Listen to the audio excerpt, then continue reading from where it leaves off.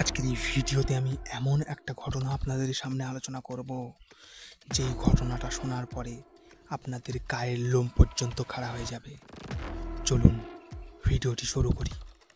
ভারতের মহারাষ্ট্র রাজ্যের ভ্যালি নামক একটি ছোট্ট গ্রামে ঘটে গিয়েছিল এক ভয়াবহ হত্যাকাণ্ড, যা গোটা এলাকা এবং দেশ জুড়ে মানুষের মধ্যে আতঙ্ক ছড়িয়ে দিয়েছিল। এই কেসটিকে অনেকে রুহ কাফে ভ্যালি মার্ডার কেস নামে চেনেন। এটি শুধুমাত্র একটি হত্যাকাণ্ড ছিল না, এটি ছিল নৃশংসতা, প্রতিহিংসা ও অন্ধবিশ্বাসের একটি জ্বলন্ত উদাহরণ। ঘটনাটি ঘটে 2012 সালের জানুয়ারি মাসে। ভ্যালি গ্রামের একটি দরিদ্র পরিবারে জন্ম নেওয়া কিশোরী সানিয়া হঠাৎ করে একদিন নিখোঁজ হয়ে যায়। পরিবার প্রথমে ভেবেছিল সে হয়তো আত্মীয়দের বাড়িতে গিয়েছে, কিন্তু কয়েকদিন পেরিয়ে যাওয়ার পরও যখন সানিয়ার কোনো খোঁজ পাওয়া গেল না, তখন তার পরিবার বাধ্য হয়ে থানায় রিপোর্ট লেখান। পুলিশ প্রথম দিকে এই ঘটনায় কোনোভাবেই গুরুত্ব দেয়নি, কারণ পুলিশরা মনে করছিল গ্রামের মেয়ে, তাই এরা মাঝে মাঝে পালিয়ে প্রেম করত। কিন্তু কয়েকদিন পর গ্রামের পাশের এক জঙ্গলে কুকুরের ডাকাডাকিতে এক ভয়ানক দৃশ্য আবিষ্কৃত হলো। এক কিশোরীর ছিন্ন ভিন্ন দেহ পাওয়া গেল। পরিচয় জানা গেল দেহটি সানিয়ারই। পুলিশ প্রথমে ধারণা করে হয়তো এটি ধর্ষণের পর খুন, কিন্তু ফরেনসিক রিপোর্ট জানায় মেয়েটিকে শারীরিক নির্যাতনের পরে জীবন্ত পুড়িয়ে মারা হয়েছে। তার শরীরের বিভিন্ন অংশ কেটে ফেলা হয়েছিল। পুলিশের সন্দেহ হয় গ্রামের এক ওঝার দিকে, যার নাম ছিল গঙ্গারাম। গঙ্গারাম ছিল গ্রামে বেশ প্রভাবশালী একজন ওঝা। সে দাবি করত সে নাকি আত্মার সাথে কথা বলতে পারে, নানা রকম সমস্যার সমাধান দিতে পারে। তদন্তে উঠে আসে সানিয়ার পরিবার 1 মাস আগে তার কাছে গিয়েছিল, কারণ মেয়েটি রাতে ঘুমাতে পারত না, ভয় পেত, কাঁদত।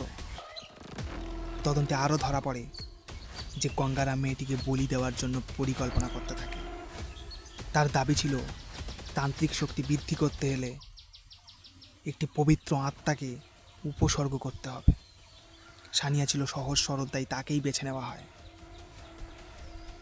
এক রাতে গঙ্গারাম ও তার 2 অনুগামী সানিয়াকে মন্দিরে ডেকে পাঠায়, এবং সেখানেই তন্ত্র সাধনার নামে মেয়েটির ওপর চলে ভয়াবহ নির্যাতন। এরপর তাকে জঙ্গলে নিয়ে গিয়ে পুড়িয়ে ফেলা হয়। সবকিছুই হয়েছিল তান্ত্রিক সাধনার জন্য। এই মামলার শুনানি চলে দীর্ঘ 3 বছর ধরে।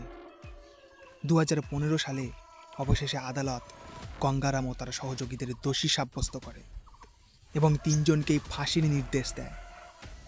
এই রায়ে গ্রামের সবাই সন্তুষ্ট হন, কারণ এটি ছিল এক ধরনের সামাজিক বার্তা। অন্ধবিশ্বাস এবং কুসংস্কারের নামে আর কোনো বর্বরতা সহ্য করা হবে না। এই ঘটনা শুধু একটি হত্যাকাণ্ড নয়, বরং এটি ভারতের গ্রামীণ সমাজে প্রচলিত অন্ধবিশ্বাসের নগ্ন চিত্র প্রকাশ করে। ভ্যালি গ্রামের মানুষ ধীরে ধীরে সচেতন হতে শুরু করে। সরকারের পক্ষ থেকে গ্রামে সচেতনতা কর্মসূচি চালানো হয়। এই ঘটনা অনেক মানুষকে ভাবতে বাধ্য করে, আমরা কি এখনো মধ্যযুগে বাস করছি?